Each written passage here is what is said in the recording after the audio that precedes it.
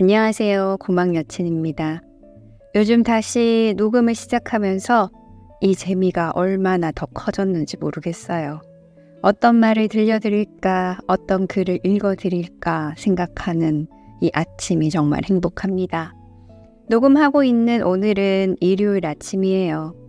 한참을 침대에 누워서 유튜브를 보다가 오늘은 이 말을 해드리는 게 어떨까라는 생각을 했거든요. 그 영상에서는 외국에서 사업을 하던 분이 사업 초기 때 자신을 상대로 사기를 쳤던 사람을 7년 만에 찾아가서 왜 그랬냐고 묻는 그런 컨텐츠였습니다. 그런데 거기에서 그 사람에게 화를 내거나 따지기보다는 맨 마지막에 그런 얘기를 하더라고요. 어쨌든 당신이 나한테 사기를 친 그 관계로 나는 사업에 실패를 했고 그랬기 때문에 이렇게 유튜브를 시작하게 되었으니 결론적으로 당신은 나에게 고마운 사람이다 라고요. 인생은 어떻게 될지 아무도 모르죠. 당장은 너무 화가 나고 슬프고 억울하고 너무 힘들어도 그 시기와 그 인연과 그 사건들 때문에 사람이 어떻게 변할지는 아무도 모르는 거니까요. 그래서 오늘 들려드리고 싶은 글이 하나 있어요. 언제나 희망을 놓지 않는다라는 제목을 가지고 있고요. 이 책의 제목은 새벽에 읽는 유대인 인생 특강이라는 책입니다. 그들은 어떻게 부와 성공을 모두 손에 넣는가? 마크 저그버그, 세르게이 브린, 아인슈타인, 로스차일드 가문, 조지 소로스, 스티븐 스필버그 등 세계적인 명성과 부를 거둔 유대인들, 그들에게서 진정한 부와 성공에 이르는 법을 배운다. 여러 가지 챕터들이 있는데 오늘은 제가 본 동영상과 더불어 이 글을 읽어드리면 좋겠다라는 생각을 해서 언제나 희망을 놓지 않는다라는 글을 읽어드릴 텐데요. 저도 고막여친을 시작하게 된 계기가 한참 시리에 빠졌을 때 책들을 읽으면서 이 좋은 책들을 나만 읽지 말고 읽어드려보는 게 어떨까라는 마음에서 시작을 했거든요. 옛 어른들이 늘 하는 말씀이 있죠. 인생 다 산 거 아니다. 지금 어떤 일을 생각하고 있으신가요? 그리고 앞이 보이지 않을 때도 있죠. 하지만 조금 더 버텨보세요. 결과는 지금 당장 보이는 게 아니니까요. 집안이 나쁘다고 탓하지 말라. 나는 9살 때 아버지를 잃고 마을에서 쫓겨났다. 가난하다고 말하지 말라. 나는 들쥐를 잡아먹으며 연명을 했고 목숨을 건 전쟁이 내 직업이고 내 일이었다. 작은 나라에서 태어났다고 말하지 말라. 그림자 말고는 친구도 없고 병사로만 10만, 백성은 어린애, 노인까지 합쳐 200만도 되지 않았다. 배운 게 없다고 힘이 없다고 탓하지 말라. 나는 내 이름도 쓸 줄 몰랐으나 남의 말에 귀 기울이면서 현명해지는 법을 배웠다. 너무 막막하다고 그래서 포기해야겠다고 말하지 말라. 나는 목에 칼을 쓰고도 탈출했고 뺨에 화살을 맞고 죽었다 살아나기도 했다. 적은 밖에 있는 것이 아니라 내 안에 있었다. 나는 내게 거추장스러운 것은 깡그리 쓸어버렸다. 나를 극복하는 그 순간 나는 징기스칸이 되었다. 이것은 징기스칸이 쓴 시다. 징기스칸의 어릴 적 이름은 태무진. 그는 1162년 몽골의 작은 마을에서 태어났다. 얼마나 가난하고 열악한 환경에서 자랐는지 그는 자기 이름 쓰는 법도 배우지 못했다. 9살 때는 그의 아버지가 독살로 세상을 떠나게 된다. 아버지가 죽은 후 그와 가족들은 부족에게 버림까지 받는다. 겨울이면 영하 40도에 육박하는 오눈강 지역에서 그는 겨우 목숨만을 유지하는 힘든 어린 시절을 보낸다. 27살에 그는 하늘의 아들이라는 뜻을 가진 징기스칸 칭호를 얻지만 주위에는 그를 시기하며 위협하는 무리들이 가득했다. 그 중에서도 아버지의 동지요 고원 부족의 족장인 옹칸의 계략은 그를 거의 죽음에 이르게 했다. 그는 겨우 살아나 도망치지만 징기스칸과 함께 살아남은 자는 겨우 19명이었다. 징기스칸은 19명의 부하들과 함께 다짐한다. 만일 내가 이 사람들을 잊어버린다면 흙탕물처럼 되게 하소서. 그는 19명의 부하들과 이 다짐을 하며 흙탕물을 마셨고 이러한 고통의 시간을 지나 최초의 동서통일 제국인 몽골을 세우게 된다. 나는 남은 자다.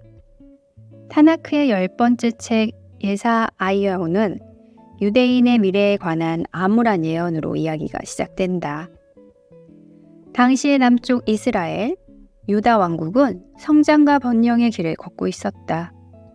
그러나 그 어느 때보다 불안한 시대이기도 했다. 표면적으로는 번영의 길을 걷고 있었으나 정신적으로는 쇠퇴의 길을 걷고 있었다. 선조들이 소중하게 여겼던 토라와 율법의 내용은 그들에게 외면받고 있었다.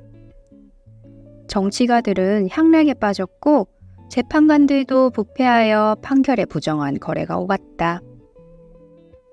부익부 빈익빈 현상이 날이 갈수록 더해갔다. 백성들도 다를 바 없었다. 율법에서 명한 사회의 약자인 고아와 가부를 사람들은 돌보지 않았고 신앙적 기준을 잃어버렸으며 게다가 그들은 이웃국가의 풍습을 따랐다. 이스라엘의 위태로움을 감지한 당시의 선지자 이사야는 비상을, 예사이야오는 모두 66개의 장으로 구성되어 있다. 전반부는 북쪽 이스라엘과 남쪽 유다 왕국에 대한 하나님의 하와 심판에 대한 기록이다. 당시 남쪽 유다 왕국은 북쪽 이스라엘, 아수르, 애굽 등 주변 국가와 갈등 속에 있었다. 이때 유다 왕국은 신의 가르침에 순종하기보다는 이방 국가와 우호적인 관계를 유지하기 위해 힘쓴다. 자연스럽게 이방 국가와 종교와 문화가 유다 백성들에게 퍼지고 그들은 점점 율법의 기준에서 벗어나 타락하고 부패한 모습으로 변하게 된다. 그런 상황에서 이사야의 외침은 민족에 큰 위기가 닥쳐올 것에 관한 경고와 권면이었다. 블록버스터 영화를 보다 보면 주인공이 위기에 놓이고 좌충우돌하게 되지만 우리는 막연하게 그가 죽지는 않을 거라고 생각한다. 수많은 총탄이 오가는 전쟁터에서도 주인공은 총알을 맞지 않는다. 맞더라도 치명적인 부상은 당하지 않는다. 유대 경전에 나온 유대인들도 이와 비슷하다. 재차 반복하지만 타나크에 기록된 유대인 선조들의 삶은 위기의 연속이었다. 그러나 그들은 오뚜기처럼 일어선다. 그들이 가진 남은 자, 사상 때문이다. 그래서 그들은 고난이 와도 불안해하거나 흔들리지 않는다. 그런 맥락에서 이사야의 외침도 그저 위기를 외견하는 경고로 해석해서는 안 된다. 예사야오의 후반부는 남쪽 유다 왕국이 고난 끝에 분명 다시 일어설 것이지만 눈앞에 위기와 고난이 놓여 있고 이를 잘 극복해야 한다는 이야기를 하고 있기 때문이다. 우리 주변을 살펴보면 남다른 확신을 가진 이들이 있다. 그들은 고난을 실패라고 이야기하지 않는다. 시행착오일 뿐이라고 여기며 반드시 극복 가능한 것으로 생각한다. 그래서 그들은 남들이 포기할 때도 절대 포기하지 않는다. 남들이 볼 땐 모든 것을 잃은 상황임이 분명한데도 그들은 그 상황을 다시 새로운 것을 세울 수 있는 기회로 생각한다. 징기스칸의 시를 다시 보라. 작은 나라에서 태어났다고 그는 불평하지 않았다. 배운 게 없다고, 힘이 없다고 탓하지 않았다. 그저 땅을 넓혀 나아갔고 현명한 이들의 말을 경청했다. 예사야오도 자신의 잘못을 회개하고 율법의 기준을 회복하는 이들에게 미래를 확신할 수 있는 신의 약속을 전해준다. 그러면 내 은혜의 빛이 아침 햇살처럼 너희에게 비칠 것이니 너희 상처가 속히 치료되고 내가 항상 너희와 함께하여 사방으로 너희를 보호하겠다. 그리고 너희가 기도할 때 내가 응답할 것이며 너희가 도와달라고 부르짖을 때 내가 여기 있다 하고 대답할 것이다. 그리고 내가 항상 너희를 인도하며 좋은 것으로 너희를 만족하게 하고 너희를 든든하게 지켜줄 것이니 너희가 물을 댄 동상 같은 것이며 절대로 마르지 않는 샘과 같은 것이다. 너희 자손들이 오랫동안 폐허가 된 곳을 재건하고 옛 기초를 다시 쌓을 것이며 너희는 성벽을 재건하고 시가지를 복구하는 백성으로 알려질 것이다. 내가 너희를 세상의 그 어느 민족보다도 높이고 내가 너희 조상 야곱에게 준 땅을 향유하도록 하겠다. 랍비 아키바가 여행을 하고 있었다. 그는 당나귀와 개와 작은 램프를 갖고 있었다. 어둠의 장막이 내리기 시작하자 아키바는 헛간을 발견하고 그곳에서 하룻밤을 보내기로 하였다. 잠자기에는 이른 시간이라 램프를 켜고 책을 읽었는데 바람이 불어와 램프가 꺼져 하는 수 없이 잠을 자야 했다. 게다가 그날 밤 여우가 와서 그의 개를 죽여버렸고 사자가 와서 당나귀를 죽여버렸다. 아침이 되어 그는 램프를 갖고 혼자 터벅터벅 출발했다. 그 후 그가 어떤 마을 근처에 다다랐는데 사람이라고는 그림자도 보이지 않았다. 전날 밤 도둑이 습격하여 마을을 파괴하고 사람들을 몰살했던 것이다. 만약 그의 램프가 바람에 꺼지지 않았더라면 그 역시 도둑에게 발견되었을 것이다.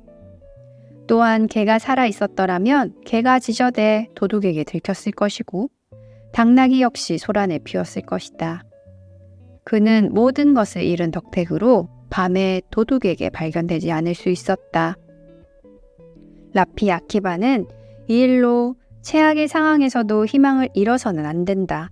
나쁜 일이 좋은 일로 연결될 수도 있다는 것을 믿어야 한다는 것을 깨달았다. 누구나 한 번은 반복된 시련으로 크게 낙담하는 일이 있다. 한 번도 아니고 몇 차례나 좌절의 순간이 오면 지금껏 믿어온 삶의 가치가 흔들리는 것이다. 하지만 기억했으면 좋겠다. 지금은 유대인들이 성공의 대명사처럼 통하지만 그들 역시 무명의 민족에 지나지 않았던 것을 말이다. 반복되는 시련을 극복하는 최고의 방법은 언제나 희망을 품는 것이다. 결국엔 내가 남은 자가 될 것이라는 희망 말이다. 생각과 실행을 가르지 않는다. 부자가 되기를 간절히 바라는 사람이 있었다. 그는 신에게 매일 기도를 드렸다.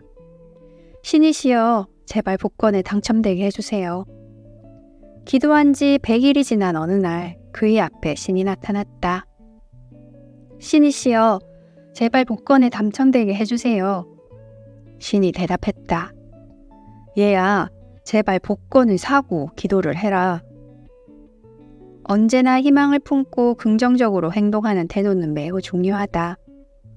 이러한 태도는 주어진 조건, 주변 상황과 간섭에 흔들리지 않고 목표를 향하는 원동력이 되어준다. 하지만 뒤에서 우리를 행동하는 힘 없이는 목표를 향해 나아갈 수 없다. 목표를 향한 추진력을 부여하는 것이 바로 실행력이기 때문이다. 아주 단순한 이치다. 행동 없이는 어떤 생각도 실현되지 않는다. 하지만 이 단순한 이치를 현실로 옮기는 것 역시 매우 힘든 일이다. 생각은 많고 실천은 없는 일이 우리 주변에 많다는 것을 떠올린다면 위의 이야기를 그저 우스갯소리로 여길 수는 없을 것이다. 예사야후에도 다음과 같은 이야기가 나온다. 내가 생각한 것은 반드시 이루어진다. 내가 경영한 것은 반드시 이루어진다. 이것은 어떤 것이든 실천을 전제로 하는 가치관을 담은 말이다. 유대인은 실의 율법을 행하지 않은 믿음은 믿음이라고 여기지 않는다. 실천 없는 계획이나 생각도 그들은 아무것도 아닌 것으로 여긴다. 애초에 생각과 실행은 가르지 않는다. 이것이 노벨상의 23%를 유대인이 차지할 수 있었던 이유, 미국 100대 기업의 40%를 유대인이 소유할 수 있었던 힘이다. 생각한 것이라면 바로 실행하고 그 시행착오에서 얻은 깨달음을 다시 다음 실행으로 이어간다. 원대한 포부든 작은 약속이든 상관없다. 생각한 것을 그대로 실행하는 것, 그것이 가장 중요하다. 저 사람 왠지 좋다의 저자인 심리학자 나이토 요시히토도 말했다. 사무실 쓰레기통이 차면 조용히 직접 비우는 사람이 있다. 아무도 안 볼 거라 생각하는 곳에서도 누군가는 반드시 보고 있다. 그래서 저 사람 참 괜찮다라는 소문이 돌게 된다. 나는 원래 큰일만 하는 사람이야. 또는 그런 작은 일은 아랫사람이 하는 거야. 라는 인식은 잘못된 것이다. 작은 일을 소홀히 하는 사람치고 크게 성공한 사람이 드물다. 아주 사소한 행동이라도 그것이 반복되면 큰 변화를 가져오는 법이다. 하루 5분 스트레칭이 몸의 피로를 없애는 비법이 되고 아이와 매일 눈을 마주하는 10분이 가족의 안녕과 관계를 돈독하게 해주는 것처럼 일상의 작은 습관이 우리 삶을 만든다는 걸 기억하자. 나의 경영대로 삶을 이끌자. 마음으로 자신을 단죄하지 않고 희망을 포기하지 않는 이는 행복하다. 벤 시락의 지혜. 인생은 우리의 생각대로 되지 않는다. 뜻밖의 일은 차고 넘친다. 그러니 당신이 시도하는 일들이 여러 차례 위기를 맞게 되더라도 결코 그것은 이상한 일이 아니다. 너무 낙담하지 말고 내가 남은 자라는 마음으로 위기를 돌파하기 바란다.